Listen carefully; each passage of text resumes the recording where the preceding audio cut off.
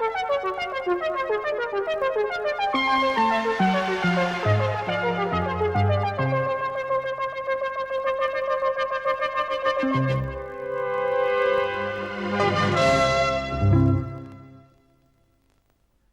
we left System-3, we had just about wrapped up a look at their work on the 8-bit microcomputers, in particular the Commodore 64, a system that they were unquestionably masters on. What System-3 didn't know about the C64 quite frankly wasn't worth knowing. But still, eventually, they would have to move on to the 16-bits.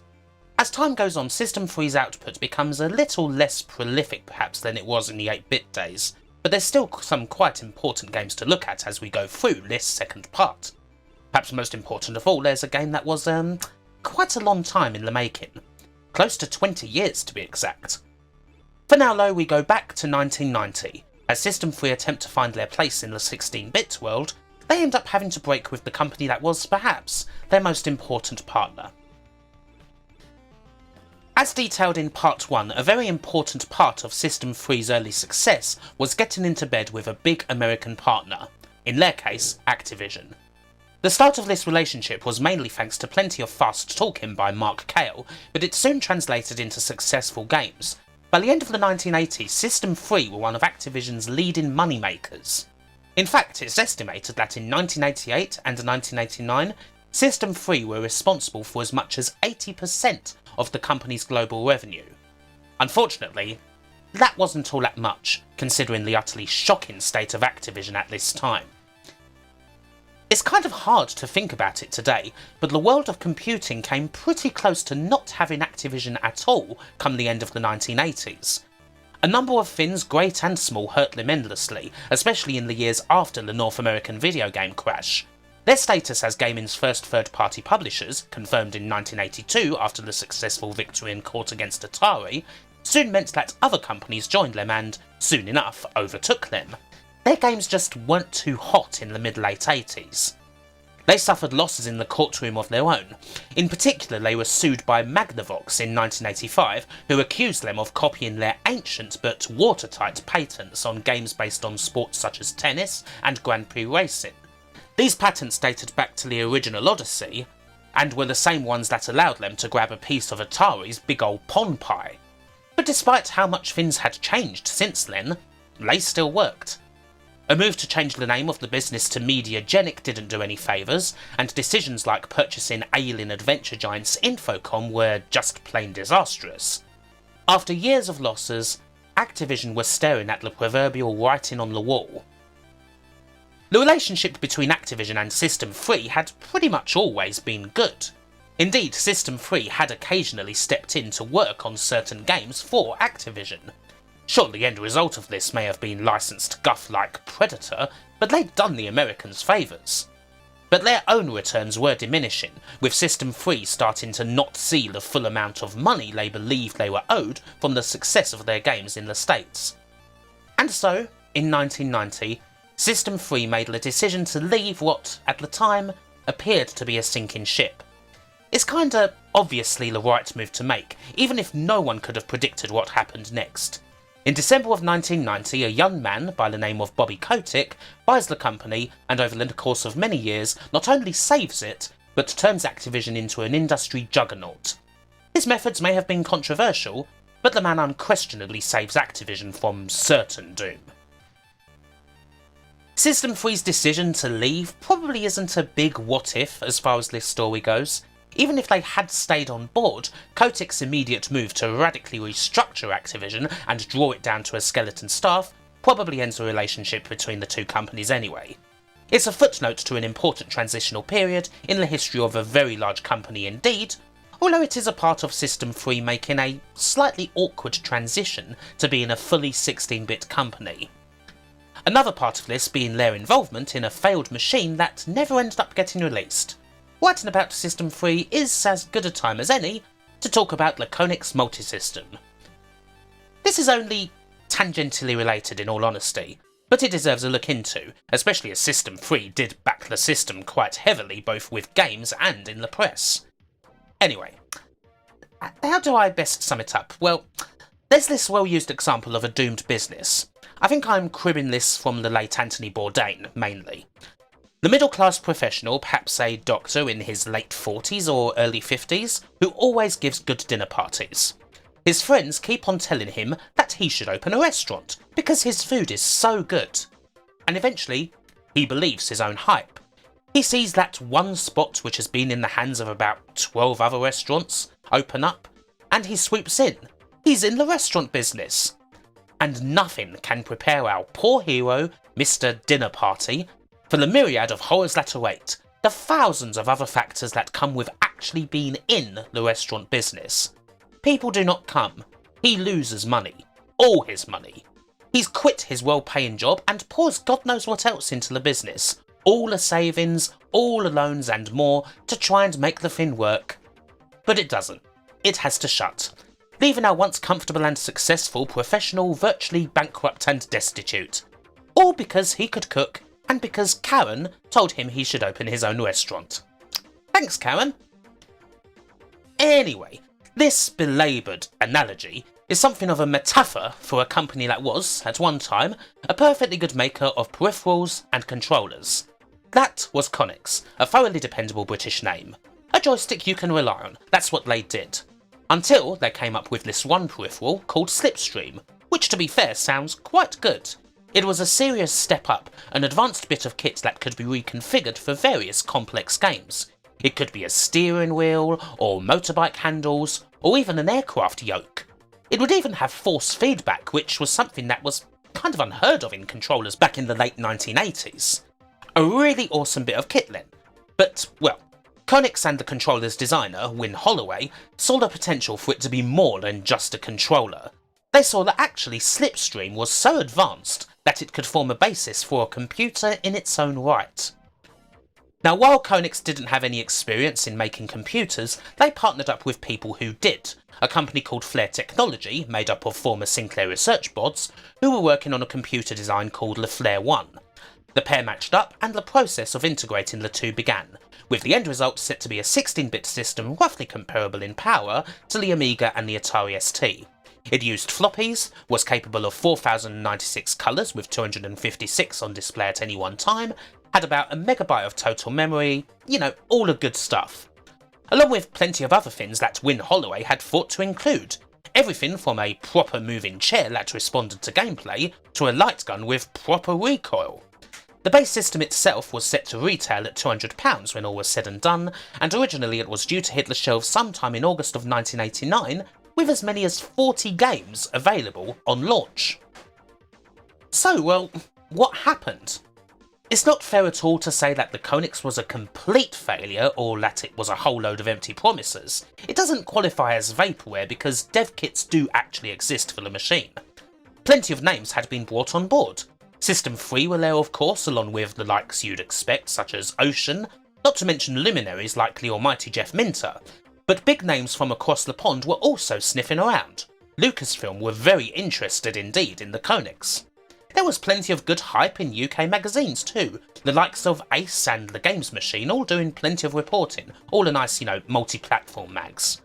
There's even a video out there promoting the Konix. But every time the release date got too close, it'd get delayed again, and again, and again. Quite simply, Konix didn't have enough money. The ideas were good and the support was there, but the manufacture of the system? It was beyond them. The costs just kept piling up, and it was far more than a simple manufacture of computer peripherals could take. They'd spread themselves way, way too thin. By the end of 1989, rumours spread that Konix were close to hitting the wall, with development on the system having crawled to a standstill. By March of 1990, Konix made a last drastic play to go all in on the multisystem. They actually sold off their range of joysticks to Spectravision, one of their main competitors. What's called selling the family silver. But that wasn't nearly enough. The demise of former software giants Epix also didn't help. They'd owed Konix a considerable amount of cash, presumably over Epix's licensing of Konix's Speedkin joystick. Finally, the project officially died in the summer of 1990 or so, with the bankruptcy of Konix itself. Sadly, while dev kits for the Konix do exist as mentioned, no actual completed system was ever created. So rather unfortunate. Flare Technology did a bit better, taking their services to Atari, with the end result of that partnership being Le Flare 2, which formed the basis for the Atari Jaguar. From the perspective of System-3, and indeed from the perspective of many other British companies who got involved in the Konix Multisystem, it was certainly a project that had been worth going with. It would have absolutely been the most serious attempt to create a full-on British games console, and there's certainly a lot about it that would have turned heads. System-3 themselves were down to port Last Ninja 2 to the Konix, but some of the other speculation on what the machine would have been actually capable of was pretty wild, and some of the ideas that Konix and Win Holloway came up with were considerably ahead of their time. Alas, it just wasn't to be. One wonders how much all of this finagling with Activision, Konix and so on affects System-3's output. While business is still all fine, they certainly become a bit less prolific on the 16-bit machines than they were on the old Commodore 64. Still, let's have a proper look at their 16-bit output. So there is one pretty obvious place to start off with when it comes to System-3's 16-bit games, that being the 16-bit versions of their 8-bit games. A lot of them did actually come out for the Amiga and the Atari ST too, after all. Having a quick look at a lot of the 16-bit versions, mind you, yeah, they're mostly better on the C64. The C64 was absolutely System-3's main platform for a long time, and a lot of the C64 versions of System-3's games are, indeed, better than the 16-bit versions. The Last Ninja games are a pretty good example. The classic SID soundtrack of Last Ninja 2 doesn't quite translate to the Amiga's Paula chip, and the gameplay just feels kind of unresponsive. It's a similar story with the likes of Dominator or Bangkok Nights, and Myth in particular. Well, the graphics oddly take their cue from the Conanified NES version, and in all honesty, it's kinda poor. Even Ninja Remix, a System-3 made 16-bit port of the original Last Ninja, pales in comparison to playing it on the C64. Now, they're not all bad. Flimbo's Quest is still quite good on the Amiga, although it is better on the C64, and the Amiga version of IK+, which actually has a banning's upgraded soundtrack while still being as fast and furious as ever, is surely the definitive way to play the game. But on the whole, yeah, a lot of the System-3 games we've already seen in Part 1 are best played on the original C64 as opposed to the Amiga or ST. Now that's not too much of a surprise perhaps. The real difference makers here are the original games that System-3 made for the 16-bit platforms.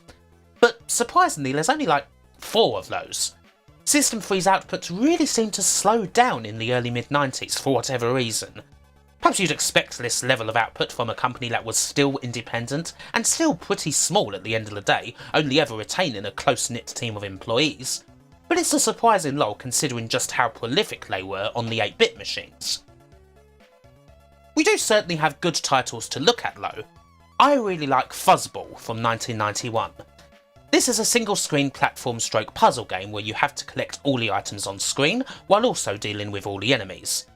Generic enough, I suppose. The main challenge comes from having to really time the lines of enemies so that as soon as you start shooting them, you can grab them. They only stay inactive for a few seconds, during which time you've got to reach them. It's no good sniping away at them because you've got to get right in as close as possible to kill the whole line before they respawn. Other than that, it's puzzling the rest of the stage out, dealing with timing bits, jumping bits, and so on and so forth. It's a lot of fun. I only wish the controls were a bit more responsive, but other than that it's a really nice game that seems to be completely forgotten nowadays. Kinda like, say, Quack by Team 17, and like that game, I definitely recommend it. Up next, well, we actually have an 8-bit title that I almost forgot to include. Not exactly a big one, but it is worth mentioning. Ferrari Grand Prix Challenge. So, we have a bit of an odd timeline here, I think. We start off with a completely different Japanese Mega Drive game called F1 Hero, one of the more challenging and realistic sims of the day. Well, on console anyway. This game gets released in the West by Flying Edge as Ferrari Grand Prix Challenge, and then, oddly enough, a completely different game again also gets released as Ferrari Grand Prix Challenge on the NES by System-3. It's a pretty late NES game, coming out in 1992 and, well, it's a pretty generic F1 racer. Not actually that bad or anything, the music's quite cool and the controls were all perfectly fine and all that, The most interesting thing about this game, however, is that it's not the last time that the names of System-3 and Ferrari will be intertwined. But we'll get into that later on. Much later on, actually. While we're on Nintendo machines, it's also worth quickly mentioning a Japanese game by Sita called Desert Fighter, which System-3 published in the West under the name ASP Auto Strike Patrol. This is a perfectly okay game. In many ways it's like one of the Strike games, only you're in a jet fighter. Thankfully it's a lot more controllable than that one jet fighter section of Jungle Strike was. Although it is certainly bloody challenging. You get shot at from all angles, you have to try and fly super low in order to shoot most things or get them with your missiles, and usually another enemy plane will be on your tail, requiring plenty of evasive manoeuvring. It's not easy, but quite a fun game. And again, one that's worth mentioning, because it's also one of the first times that System-3 would look to Japan in order to find something they could publish in the West. And it definitely wouldn't be the last, as we will see later. So, at the moment, System-3's output in the 16-bit era looks a little thin on the ground. There's other games that they were working on too at the time, some that would come to fruition and others that would not. But there was a big critical and commercial hit game also. Even if they didn't release many games in the early 90s, System-3 found a smash on the Amiga with Putty. Originally dubbed Silly Putty in magazines before its release in 1992, you are tasked with rescuing bots that will help you build a skyscraper that will take Putty all the way back to his home planet. Needless to say, our hero is quite flexible. He can stretch from one platform to another, inflate and destroy all the enemies on the screen, he can make a fist, crouch into a pool. He has a few good tricks at his disposal. Putty is quite the chaotic game. Each level has several bots that need to be rescued and it can all be quite manic. It's so colourful and so clashy that it can be a bit hard sometimes to actually tell what's going on. It's not exactly the cleanest game ever made. It's a very European game indeed. We've got all those garish colours, we've got nice animation, but we've also got quite the annoying delay on Putty's jump, and lots of loud sound effects. It's all quite irreverent and funny in presentation, although I'm not sure how appealing it might be these days for someone who hasn't ever played it. That may depend on your mileage for games like, I don't know, Zool. If I'm honest, I would be lying if I said that Putty was one of my favourite games. I've never got into it all that much. But magazines definitely enjoyed it, and it was certainly System-3's biggest success on the Amiga, certainly since the Commodore 64 days. Indeed, Putty also got a port to consoles. Well, to the Super NES anyway. US Gold had a hand in this. I actually prefer playing Putty, or rather Super Putty as it's known here, because back then every single Super Nintendo game had to have the Super prefix by law, on the SNES, mainly because it runs at 50 frames per second. That extra smoothness sure makes it a bit easier to figure out what's going on, and you can also choose your zone. Still, again, it's not a game that I massively enjoy. But hey, lots of people certainly do. Putty would go on to be one of System-3's biggest names, something that would follow them around for years to come, right there with IK and The Last Ninja. So, you know, don't just take my word for it. Naturally, the success of Putty meant that a sequel to the game was basically assured, and indeed 1994 saw the announcement of said sequel, Putty Squad. Putty Squad was going to be a different sort of game, perhaps a bit more of a traditional side-scrolling platformer in many ways, as opposed to the original Putty, which was more vertically inclined. But our hero would still have to rescue a bunch of his mates in the classic European style, and he would not only have all the tools from the original at his disposal, but plenty more besides. System-3 naturally bigged the game up heftily, and the magazines were very receptive indeed. It reviewed superbly in around about September of 1994. Most of the big magazines, from the generally easygoing CU Amiga to the hard nuts at Amiga Power, were effusive, happily handing out 90s, and the demo of a couple of levels that also appeared on a couple of cover discs certainly whetted the fans' appetite. But then, mysteriously, Putty Squad for the Amiga never came out. This despite all the advertising, being reviewed everywhere, and all sorts like that. The Putty Squad fiasco seems to be linked to Amiga Power most of all, which isn't exactly fair as, again, every magazine reviewed it. But Amiga Power were the ones who always claimed that they would never, ever review an unfinished game, unlike some mags.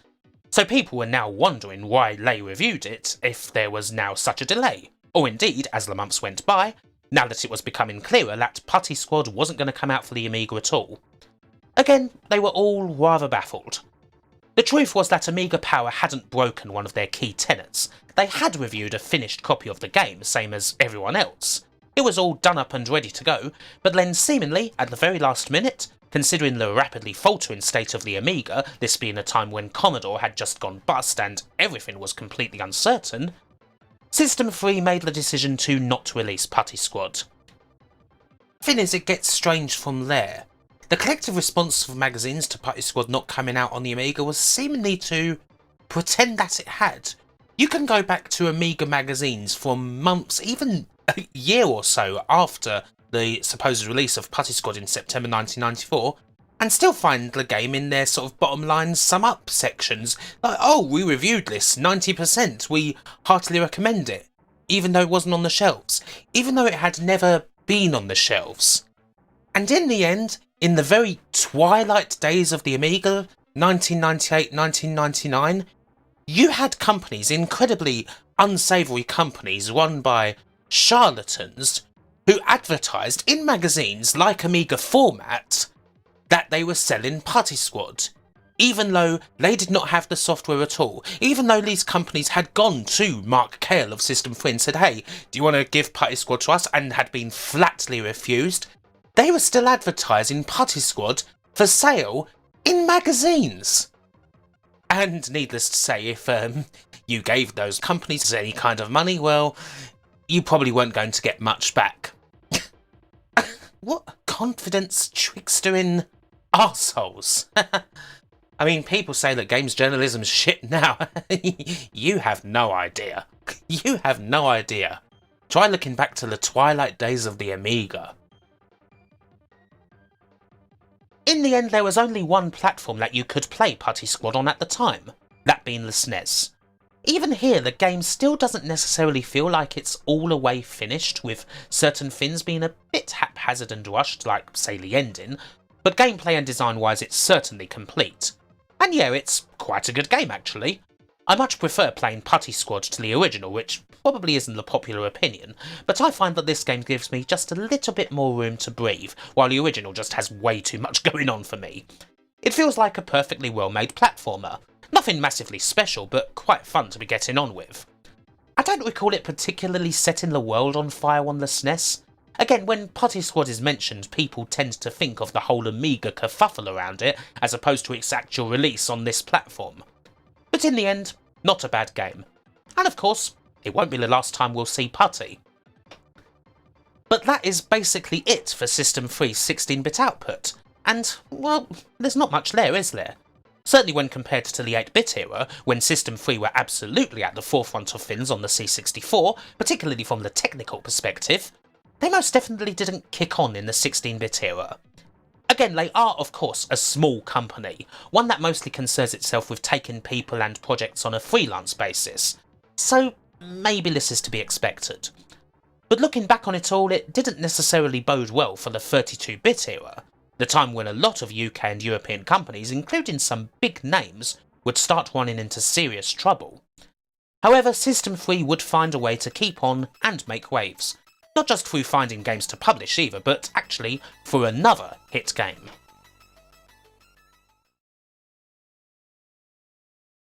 The 32-bit era, and the jump to 3D that by and large came with it, resulted in an aggressive and rapid changing of the guards. A lot of the companies that would have been considered the big cheesers in the early part of the decade suddenly are staring defeat in the face. Ocean, at one time the biggest software company in Europe and actually one of the biggest in the world, do not last out the 90s. US Gold go even sooner than that, quickly seeing the writing on the wall and making a decision to sell up before things get worse. Sensible Software, one of the most loved and critically acclaimed studios of them all, fizzle out of action. Either older names, such as Psygnosis, reaping the rewards of a partnership with the all-conquering Sony, maintain their place on the top, or other names come screeching out from the peloton. The company that was once the utterly middling, never ever loved Demark, merge with Eidos, and thanks to the likes of Tomb Raider, they become a juggernaut, with core design riding alongside them and taking their place amongst the critical darlings. Codemasters make the leap from budget Kins to a strong studio. Bullfrog, while Peter Molyneux is still there at least, remain loved, for now. It's a brutal time where only the strong survived. And considering that System-3 were a pretty small name and not one that had done too much over the past couple of years, you may not have given them much of a chance. It'd have only taken one silly decision to ruin things. And yet, System-3 would keep on, and in fact do so seemingly quite comfortably. How did they do it? Well, the most obvious thing that you would look at perhaps would be an attempt to bring back some of their hit names from the past. What of games like International Karate or The Last Ninja? Should they be brought back for a new generation, given a big old polygonal coat of paint and sent off to fend for themselves? That seems like a potential path, but it didn't happen. However, there were attempts. We know of a few attempts to make a fourth Last Ninja game. A man named John Wells pitched a fourth game to System-3 as early as 1993, in fact, but they turned him down. However, the idea was returned to, more seriously this time, in around about 1999, all according to Unseen64. Information about the project, which hung around for a long time, is scarce. It did eventually make an appearance at E3 in 2003, and in many ways it does look like a similar game to Tecmo's revival of Ninja Gaiden, which would have been intriguing. Had this game arrived, it and Ninja Gaiden would have probably come out at around about the same time. Now I doubt that Ninja Gaiden, as brilliant a game as that was, would have lost that battle, but still the fight would have been on. In any case, however, it didn't happen. Mark Cale did make some quite outlandish claims in the press, saying that in the end the Xbox and PS2 actually weren't powerful enough for what System-3 had planned for the game, and that it would ultimately be really good on the PlayStation 3. And of course it never came out there either. Armakuni would stay hidden then as he stays hidden now. We're jumping a little ahead, so let's go back a little further. What about IK? There was an attempt there too. There were of course some sort of sequels for handhelds, which we'll get to in a bit, but there was also work done on a bigger sequel known as either IK3 or Bloodlust. System-3 were working on this with the end result to be released by Atari, it seems. The game would have come out for the PlayStation as well as going into the arcades, and from screenshots it seems to be a more traditional fighting game, with Killer Instinct touted as a particularly major inspiration by programmer Andy Roberts. It's not exactly clear why the project failed. Some reports have it as being quite close to finished, and word is that a few people do possess prototypes of the game that as of yet remain unreleased. But ultimately, this project bit the dust in around about the middle of '96. So much for these old games then. For System-3's next success, we go to a game that had been kicking around their offices for quite a while. In fact, an Amiga version of said game was previewed and screenshotted in Le One magazine all the way back in early 1991. That also never came out, but the concept would be revived and released in 1997 when it would end up being a surprise smash. It's time to have a look at Constructor. So looking at System-3's output so far, what do you see? I mean, it's pretty much all action games and platformers, isn't it? A couple of racing games too, but in general, they're firmly a studio that produces arcade-style games. Just about the last thing you would expect from them is a city building sim that has more in common with the works of Bullfrog than it does with what they've done before. But here we are. Constructor is totally unlike anything System-3 have done up to this point, and the freshness of the project leads to what was, in all honesty, their best title in years and a deservedly large hit. Particularly on the continent, this game was huge to the point where it's right up there with the biggest games that System-3 have ever released. How does Constructor stand out from the crowd of other city building games then? Well, it's kind of in the title. Rather than putting you in charge of an all-powerful godlike government that can basically do anything they want a la SimCity, in Constructor you're in charge of a construction firm. In order to build anything, you're going to need employees and work gans, you're going to need resources through mills and the like, and you're going to need to buy land from the government, which you can't just do willy-nilly. When you build a house, or indeed any structure, it's up to you to find tenants or people for it, and then try and keep it maintained. Gadget factories can help you build stuff that makes properties more appealing, say computers that'll make tenants smarter and thus keener to move up in the world and buy better housing, while you make sure you use as much of the land you have as possible.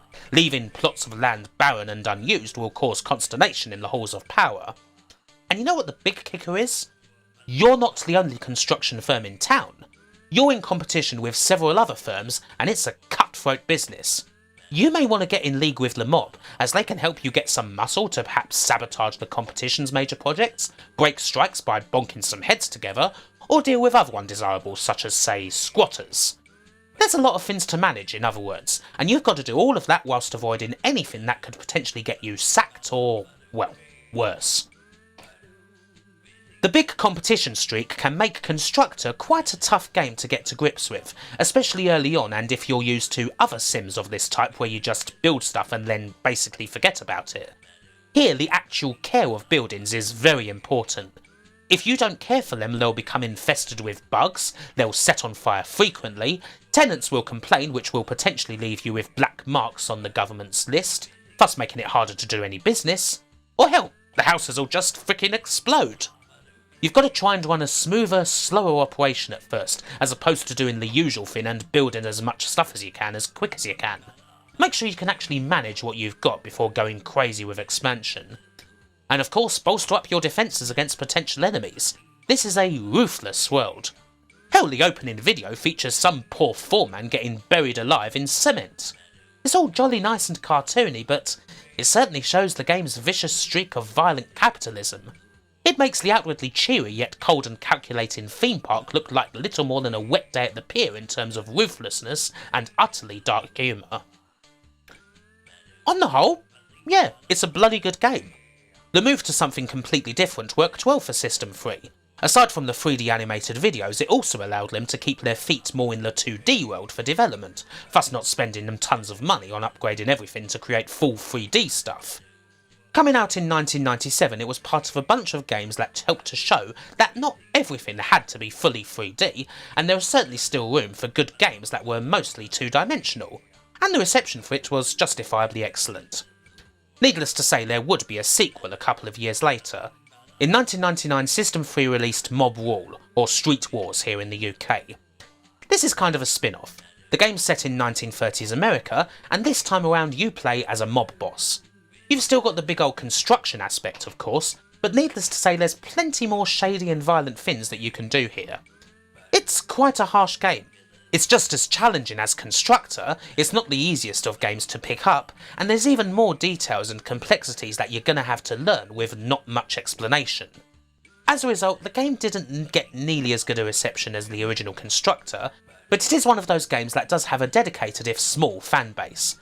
Perhaps because there just aren't too many games out there like this one.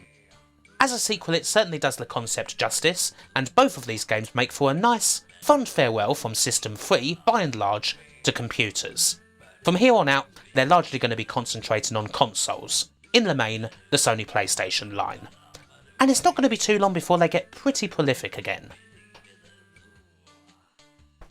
Generally speaking, we've mostly got games to cover for now. A lot of the big story beats for the actual company have been covered. System-3 secure a minor but consistent existence in the PlayStation era thanks to a couple of things.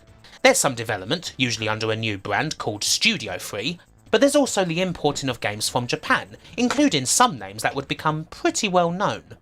Not all the Japanese games they bring are necessarily good, but they definitely contain some hits.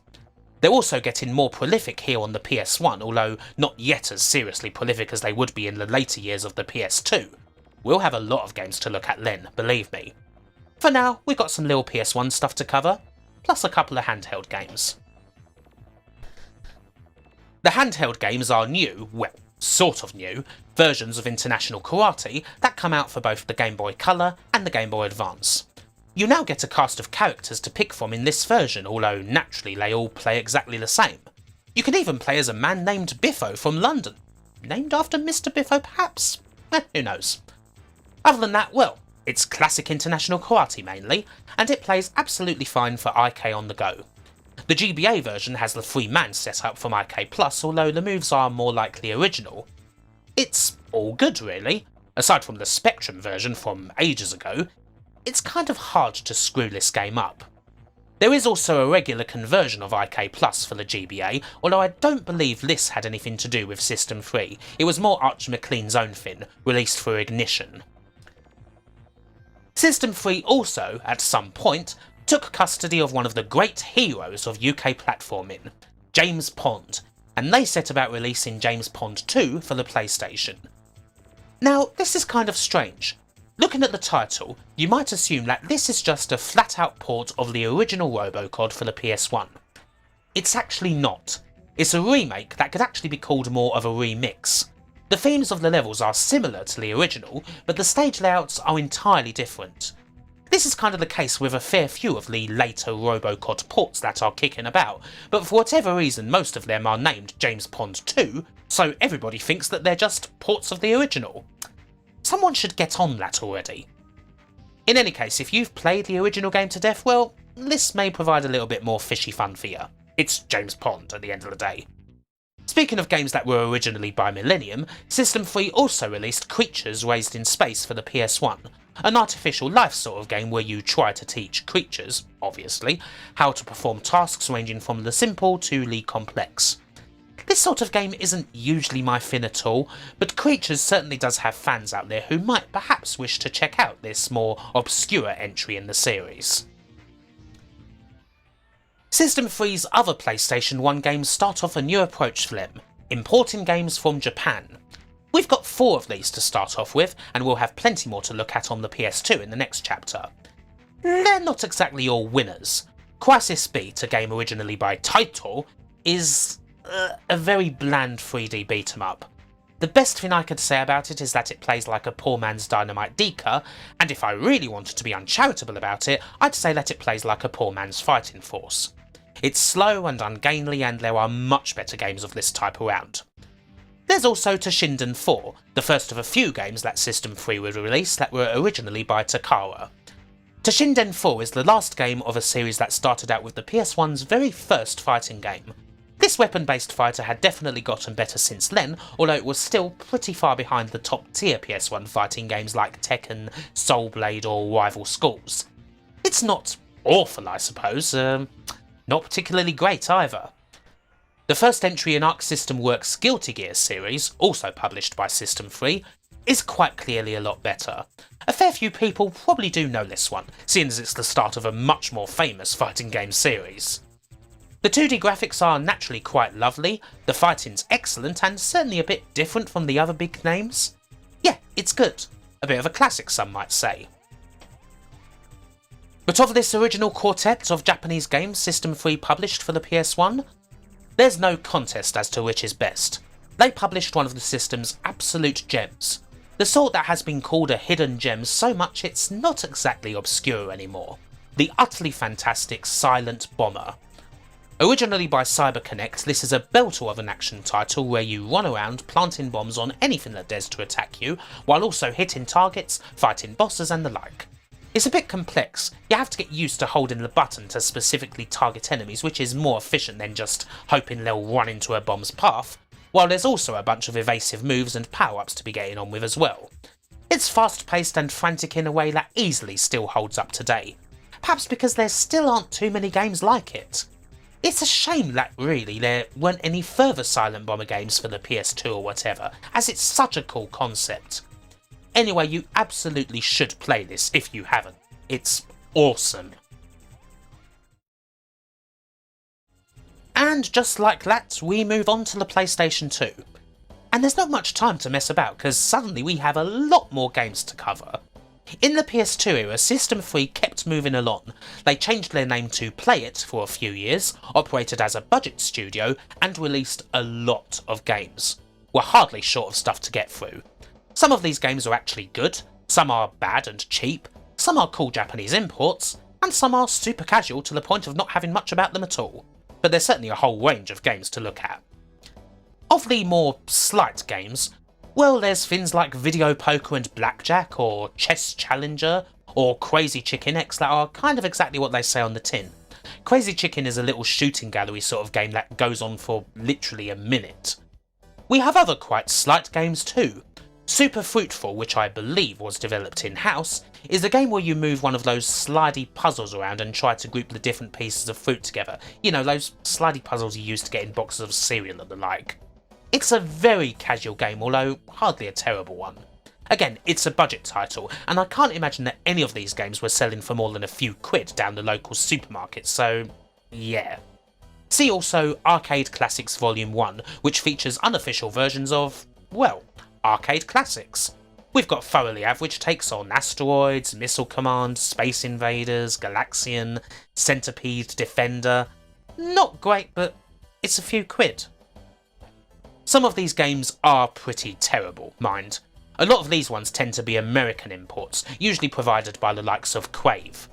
Strikeforce Bowling is about the best of their lot, and, well, it's 10-pin bowling. Other than that, you get the likes of Underworld: The Eternal War. This game, the first tie-in for that series of blue-tinted vampire action films starring Kate Beckinsale, is as dumbed down an arena shooter as you can possibly get. Like, you wouldn't even compare this favourably to Enter the Matrix. We've also got Trigger Man, which is, some sort of really cheap mafia-type game, third-person shooter crap. Grand Theft Auto this is not. It's as boring as it looks. But the kin of all these bad games has to be Fugitive Hunter: War on Terror, which is also known as America's 10 Most Wanted. It's a really, really bad, and in fact ridiculously comical first-person shooter where your mission, if you choose to accept it, is to take down and arrest the world's 10 most wanted men, culminating in a fight between the ultra-evil super tag team of Osama bin Laden and Saddam Hussein. It honestly doesn't get much more budget game schlock than this, from the lousy gameplay to the gloriously offensive stereotypes. I mean, if there was such a thing as post-9/11 aesthetic, this would be a centrepiece of that. Thankfully the Japanese imports are still around and they fare a lot better. We've got some cool shooters. 1945 1 and 2 get brought together for release, which is certainly good news for any fans of these perfectly good Psycho shooters. Play It also released the rock-solid Castle Shikigami 2 over here. It may not be the best looking shooter ever, but it's certainly fun to play and with some quite interesting close range mechanics. Wow, that really makes it sound appealing. Quite interesting close range mechanics. Anyway, it's good. Partnering up with Takara continues to bear fruit. From them we get Seek and Destroy, which is a pretty cool tank action game. Lots of arena fighting, careful turret moving and frantic trajectory calculations.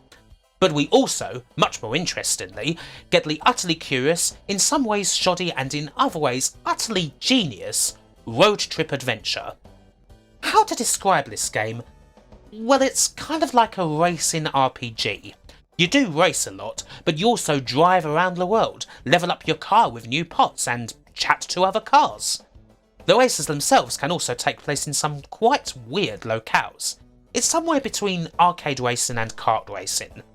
Now, don't get me wrong, Burnout Paradise this is not. You may well hate this game, but I find it quite a lot of fun and there's not much like it at all, certainly not in the PS2 days. It's weird, but pretty bloody good. Having said all that, there is no surprise as to what Play It's best Japanese PS2 import is. They managed to bring the superb Gungrave Overdose to Europe, which is the sort of game that plenty more people will like. There's a lot of plot around all the action and it's all a bit anime, but in the main, you control a reanimated dead dude who likes to shoot everything with guns, while also dealing with enemies at close range by swinging around his own frickin' coffin. All while the soundtrack of piano-forward smooth jazz plays. It's absolutely as mad as it sounds, and the action? Hell yeah. If you like a good rock, then you'll be wanting to play this one immediately. Why no one decided to give Gungrave another round in the 360 era is beyond me. Imagine if, say, Platinum had picked it up. Hell, why isn't anyone trying to do it now? I for one want a lot more casket-swinging, gun-toting action in my life, and this'll do quite nicely. Lastly, here's some of the definitely cooler games that Play It took a bit more of a hand in. If you're a retro lover, then you surely know Intellivision Lives, that actually pretty good compilation of various Intellivision classics. At the very least, you know it for the legendary theme song, "How could you put me in this position? I really miss my Intellivision." I mean, the game's worth booting up just for that, but I will happily go to it for a couple of rounds of my own personal favourites. Thin Ice, where a cute penguin does a jolly little jig whenever he cuts the ice up and murders one of his enemies, or Snafu, which is sort of like a competitive snake. Actually, for the younger generation, I would say it's exactly like Sliver.io, only nearly 40 years old. We also have the interesting and quite good Groove Rider. It's a kart racing game of sorts with all the power-ups and so on, but somewhat differently it's a kart racing game that's actually based on scalextric. You have to skip between several fixed rails, being careful to get on the right one on sharp turns so you don't go flying off, and dealing with whatever demented layout some young child has made up for you. It's actually a cute little concept for a competitive racing game. Again, I've not seen much like this before. But another game that lands firmly in the very good pile, that's again not one too many people know, is Play It's Cell Damage. Now I suppose some would consider this to be a little derivative. It's a car combat game, very much in the Twisted Metal mould, only the graphics are thoroughly garish and cartoony. Indeed, as the name might suggest, they're cell shaded. I have a lot of time for it personally. There's a whole bunch of different modes, with the more regular Smack mode being my own favourite, and the tracks and weapons are all quite fun to use. It's quite enjoyable, and I definitely recommend it. And with that, well, I think we've covered most of Play It's output on the PS2. There's a lot of games and I'm sure I'm missing a couple here and there, but you can certainly see just how prolific they were. And there are still a few titles left to cover in the last chapter before we finally bring System-3 to the present day and bring this video to a climax. So we are starting to head close to modern times. As the PS2 era comes to an end and the company gets close to 30 years in the biz, System-3 decides to drop the Play It's moniker and go back to their original branding. And they also release a couple of games that are pretty close to Mark Cale's heart. Like seemingly everybody who becomes a success in the world of gaming, Mark Cale has a passion for fast sports cars. In particular, he likes Ferraris. Having previously done a little NES title with the Ferrari moniker on it, System-3 now get the Prancing Horses licenses for some more major games on the PlayStation 3, Ferrari Challenge Trofeo Pirelli and Ferrari The Race Experience. These games are essentially all about amassing a big old collection of Ferraris. There's about 50 of the motors in the game, from classic models all the way up to the ultra-modern FXX. Naturally you'll be racing these cars on various classic tracks. There's Monza, Silverstone, Spa, the Nürburgring, all the favourites in other words. And the more races you win, obviously the more money you get to fill up your garage with these ultra expensive Italian jalopies. If you love Ferrari then, well, you've come to the right place. You can't really question System-3 and Mark Cale's love for them. As for the game, well, it's a pretty hardcore racing simulator and I'm absolutely dreadful at this sort of game. I mean, I think you can see it for yourself.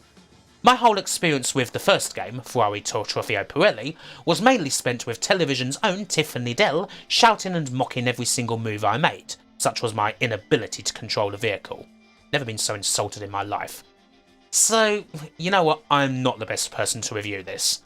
I prefer the PSN only Ferrari The Race Experience, mainly because it adds some more casual modes that allow people like me who are much more used to arcade races and don't really believe in using the brake button all that much to be a little bit more competitive. One general annoyance of mine is that these games are the sort where you have to unlock absolutely bloody everything, which, look, sometimes you just want a bloody race and it'd be nice to have the choice of more than 2 tracks at the outset. Frickin' racing games. These are okay, although I don't think they gained much traction in a sim racing world filled with juggernauts. Your Gran Turismos, Forzas, Colin McRae's and all that lot. And well, pretty much finally, we return to something from the past. To celebrate 30 years in the business, System-3 decided to make their way back to Putty Squad. Not just to make an updated version of the game, but to write an old one. The actual release, for free mind you, of the Amiga version of Putty Squad after nearly 20 years of waiting certainly did generate more than a few press inches all about how they'd finally decided to go back and finish it after all this time. Now of course how much System-3 actually did to finish Amiga Putty Squad is debatable, seeing as by all accounts the game that most people reviewed in 1994 was virtually done and the decision was taken then to not release it because it wasn't commercially viable. If you've already played the SNES version of Putty Squad, then the Amiga version of this game isn't exactly going to offer much in the way of surprises. It's still the same perfectly good platformer. Is it one of the best Amiga platformers? I mean it's good. Better than something like Super Frog, not too far from the likes of Zool 2. I'm not entirely sure if the game's worth the 90 plus scores that most magazines doled out to it back then, but it's decent, and it's nice to actually see it in full after all this time. In the main though, the actual release of Putty Squad on the Amiga also served to promote a brand new Putty Squad game. Or at least a modern remake of the game that would be available on PSN, Xbox Live Arcade, and various other platforms.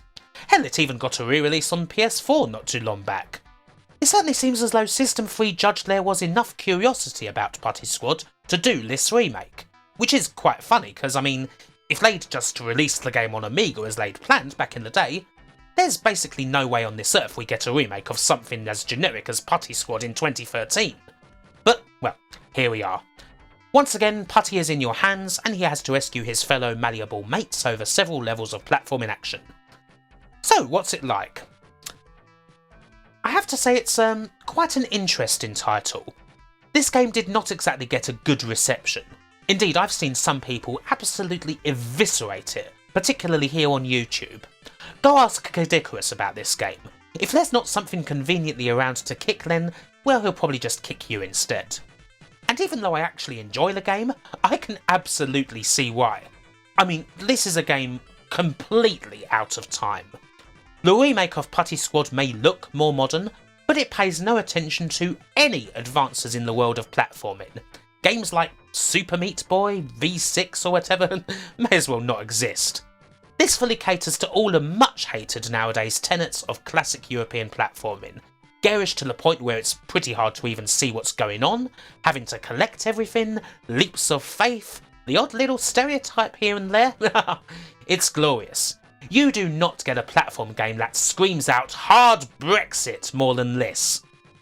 So with all that said, I might not call it a good game as such. I would struggle to recommend it, as unless you're familiar and nostalgic about all these Euro platforming tropes, you're probably going to despise the thing. Even then, you may wonder why the hell anybody would miss the things Putty Squad brings to the table. But I can't hate it. I find it amusing to have a modern looking platformer, or at least somewhat modern looking platformer, that proudly embraces such tradition and shuns everything else. In doing so, there's actually not much else on the market like it. And while this does largely feature the original Putty Squad levels with some new ones attached, I almost want there to be a Putty Squad 2, a full-on sequel, that still doesn't move in any way with the times. I like that there's still a place for this sort of thing in the 2020s now, actually. And well, that's about it. Putty Squad isn't System-3's final game or anything, but I do think it's a good one to finish on. Mind you, there are other questions that still haven't necessarily been wrapped up, such as, will we ever see a return of what is probably the company's most fabled IP? System-3, as they exist now, certainly haven't been shy of teasing it. By my count, there's at least 3 times that I can see where they've mentioned plans for a Last Ninja based Kickstarter, or they've put feelers out for private showings at big events, or so on. And each time, well, not much has come of it. One time they even said there'd be a Kickstarter starting later in the month, and of course there wasn't. Why is this? Perhaps there's been a couple of more modern attempts that haven't ended up getting off the ground, or the work's just taking its sweet time? What with there being several teasers of The Last Ninja's return, some aren't as charitable as that. People have said that it's merely a way to keep System-3's name around that usually precedes the release of something else entirely, such as, for example, an HD remake of Constructor that didn't exactly go down well at all, unfortunately. Mark Cale certainly does like to promise big, and often. System-3 did get off the ground thanks to his big mouth after all, so that shouldn't be a surprise. Whatever the status of The Last Ninja is, System-3 certainly do have quite a legacy. They have been around for nearly 40 years after all, and in that time they've basically done almost everything. They've been right at the forefront of things, they've been close to the epicentre of some failed projects, they've published all games great and small, they've done full-on budget work, and in more modern days, they've lent a fair bit on their past glories. As much as it can be said that Mark Cale has a big mouth, it's clear that System-3 have never tried to get too big. They've always been aware of certain limitations, and have preferred to remain a small and independent company, which is probably a big reason why the company is still actually around after all this time, with the same guy still in charge. And there's a hell of a lot more you can say for some other bigger companies out there. And thanks to all that, well, there's a whole load of games we can still enjoy from their long history, and who knows, maybe games that we'll enjoy in the future too. Bye for now.